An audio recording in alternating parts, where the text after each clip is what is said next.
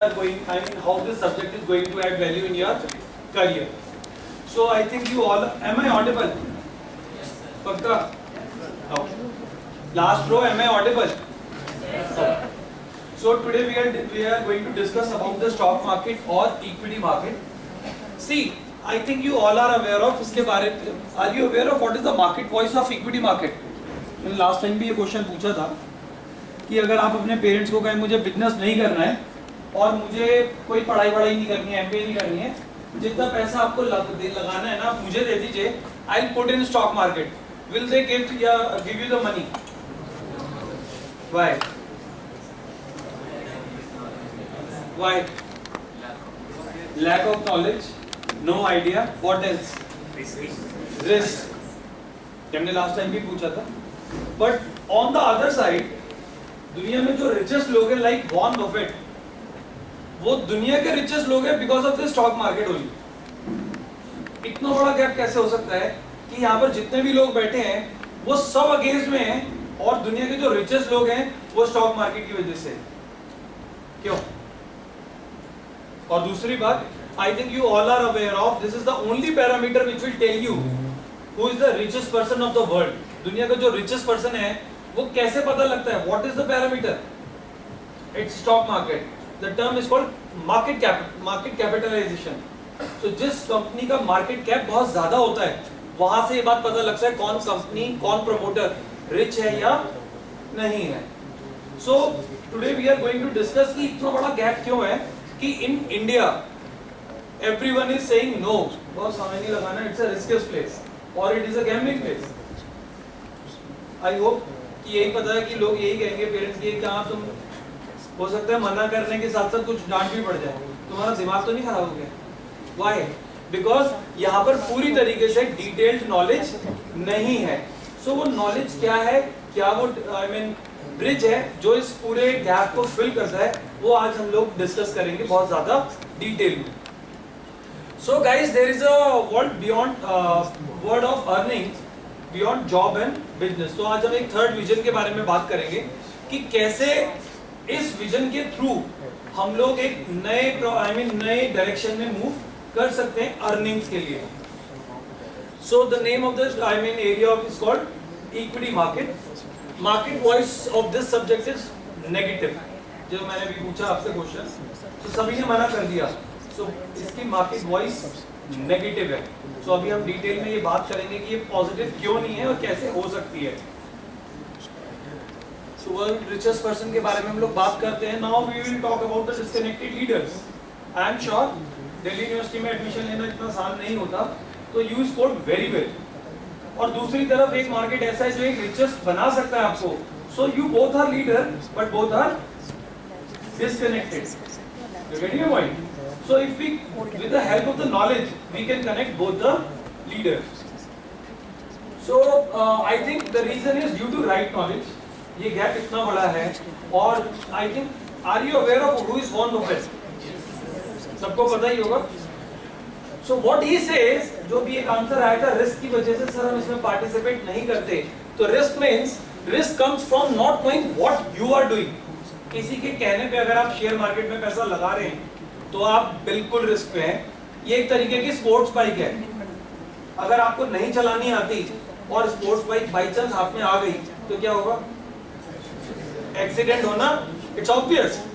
But if you are aware of how to ride a sports bike, so फिर उसका अपना style है आपको किसी डेस्टिनेशन तक पहुंचाने का.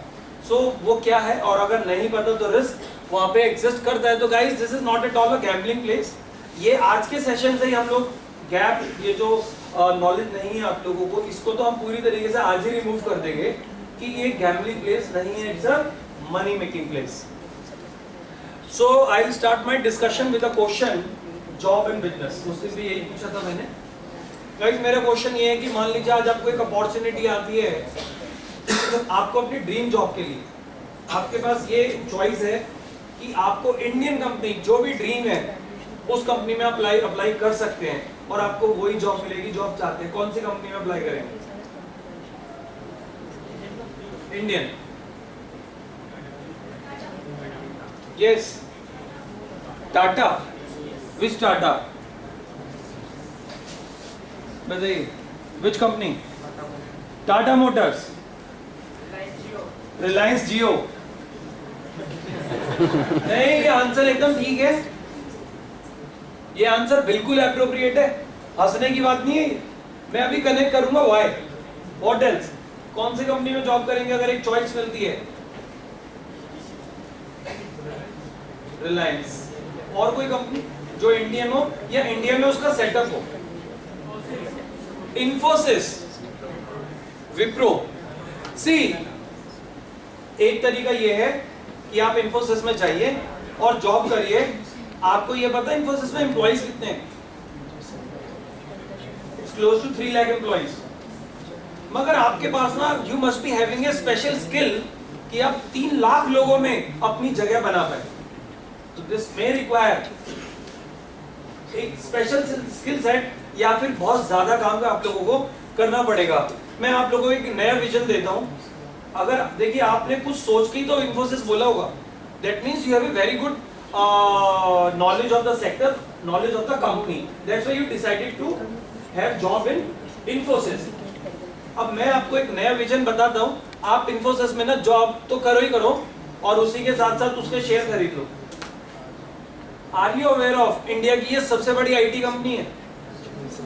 इंडिया का सबसे बड़ा सॉफ्टवेयर एक्सपोर्ट इसी कंपनी से होता है।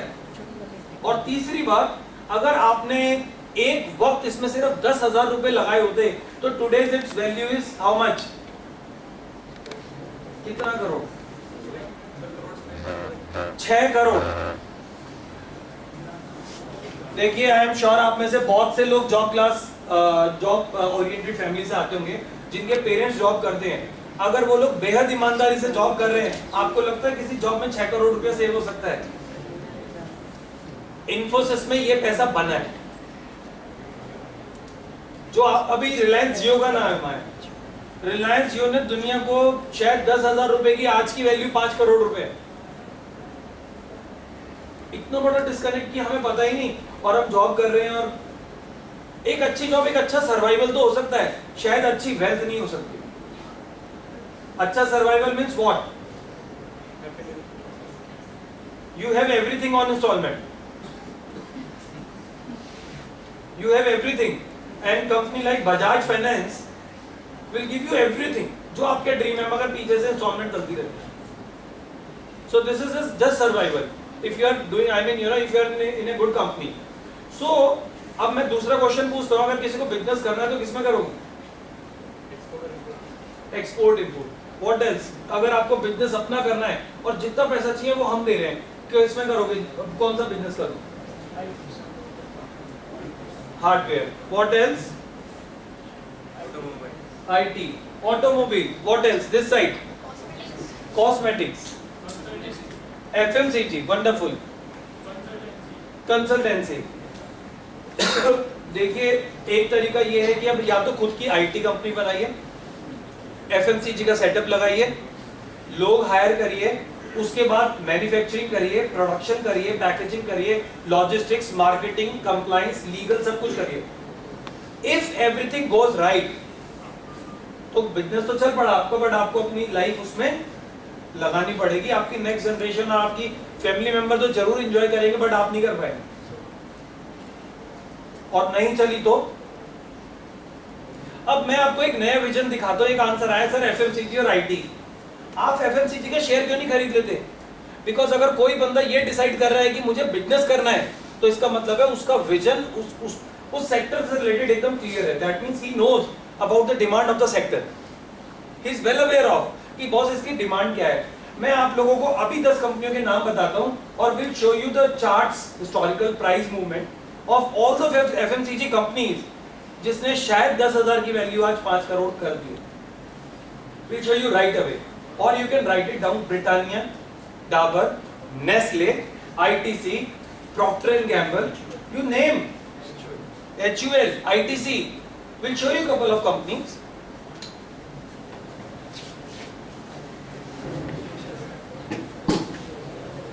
Check.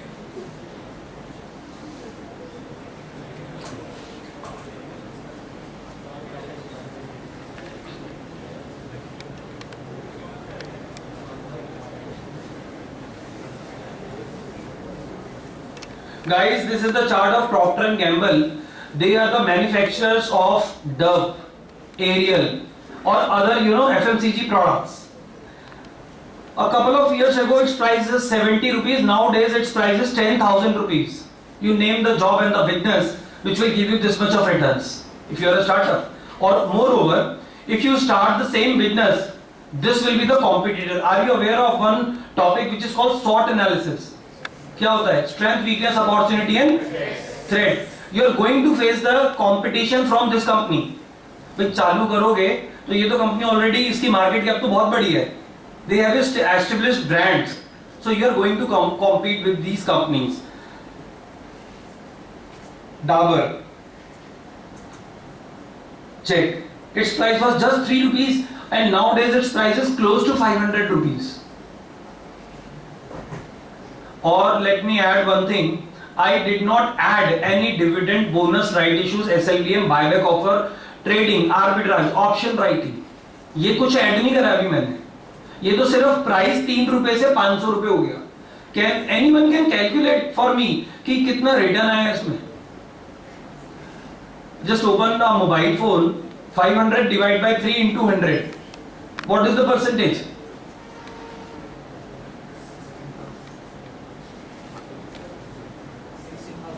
$16,000%. It's 16 or 60? 16,000%. आप मेरे को ना दुनिया की ऐसी कंपनी का नाम बताइए जहां पे इतना बड़ा इंक्रीमेंट मिलता हो. इंक्रीमेंट पता है कितना मिलता है? 3%, 5%. और अगर आप अच्छे सैलरी ब्रैकेट में है तो उस इंक्रीमेंट के ऊपर टीडीएस भी कटेगा 30% वाला. मगर यहाँ पे टीडीएस अब 10% है. आईटी जैसे आप लोगों ने एफएमसीजी का नाम लिया, will show you Nestle. Check. The price started from 53 rupees. Now it's close to 9,700. 53 rupees in which year? Madam, 53 rupees in 1990, or today is 11,500. We'll show you Godrej consumer product.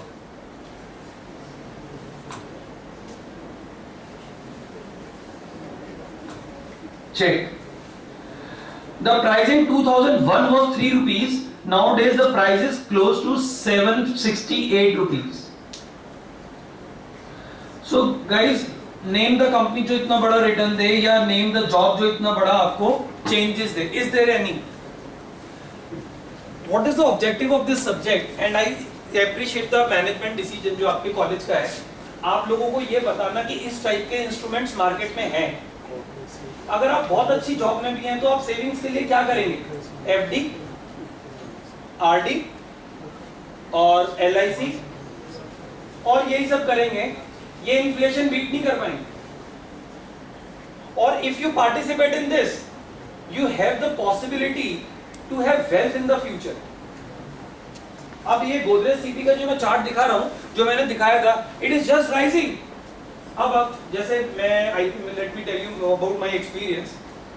I mean till 2016 I used to work with Edelweiss global wealth management. So वहां पर मेरे पास कुछ clients थे जिनका equity 500 crore का था. तो जो मेरा पहला हफ्ता था, तो मैं when I get a chance to met them, तो मैं हिल गया. मुझे लगा 500 करोड़ रुपए का इक्विटी अगर किसी पे है तो इज अ बिग पर्सन. तो on the same day I asked my father कि अपने पे इतना पैसा क्यों नहीं है. You know what was the answer? ऐसे इंस्ट्रूमेंट है, हमें पता ही नहीं था. नॉलेज एक अलग बात है, इससे इतना कुछ होता है. और दूसरी तरफ why we are called it's a gambling place. अब मैं आप लोगों को आज एक डेफिनेशन देता हूं स्टॉक मार्केट की.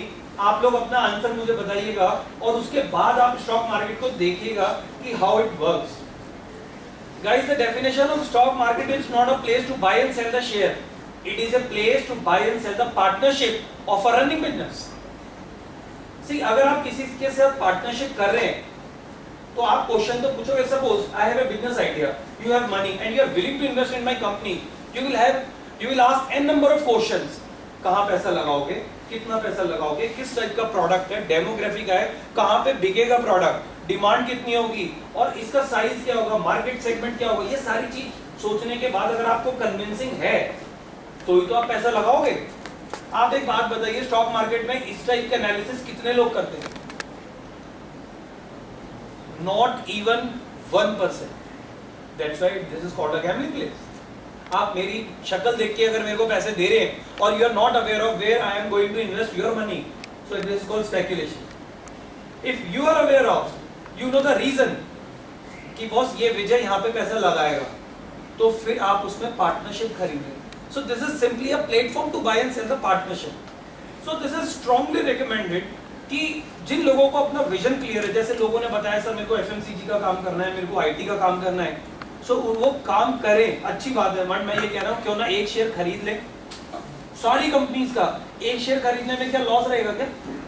Suppose today you by at the highest price से 700 rupees, can you afford 700 rupees? I think anyone can. After completing your graduation और पोस्ट ग्रेजुएशन आपके हाथ में एक टूल होगा जो आपको एक डायरेक्शन देगा कि यस हमारे हाथ में एक विजन है। क्योंकि जैसे मैं आपको एक और एग्जांपल बताता हूँ, यही कोर्स हम लोगों ने आर्यभट्टा में करा था और 2 साल से लगातार कर रहे हैं, तीसरा साल है।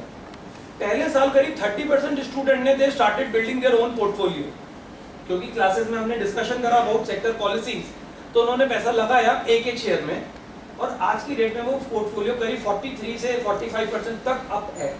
तो they have a choice. Job is an option for them, it's not compulsory और इट्स नॉट मैंडेटरी। कुछ लोगों ने ऐसा सोचा कि अभी जॉब नहीं करना है because this is another way of earnings. ये आपको सोचना ही पड़ेगा। और मैं ये कह रहा हूं कि अगर सब्जेक्ट लर्न कर रहे हैं just buy 1 unit, can be afford for unit? I think anyone can to learn the subject. अभी तक हम लोगों ने उनके बारे में बात करी है जिन लोगों को विजन एकदम क्लियर है कि सर मुझे इसका बिजनेस करना है या इसमें जॉब करनी है।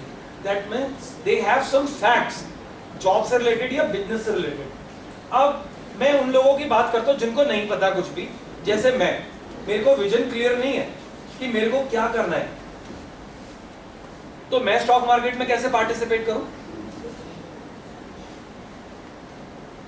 आप लोग बैठ जाइए, जैसा भी जहां भी जगह मिल रहा है प्लीज, डू नॉट, यहाँ पे तो ऑक्यूपाइड है, अब यहाँ नहीं लग।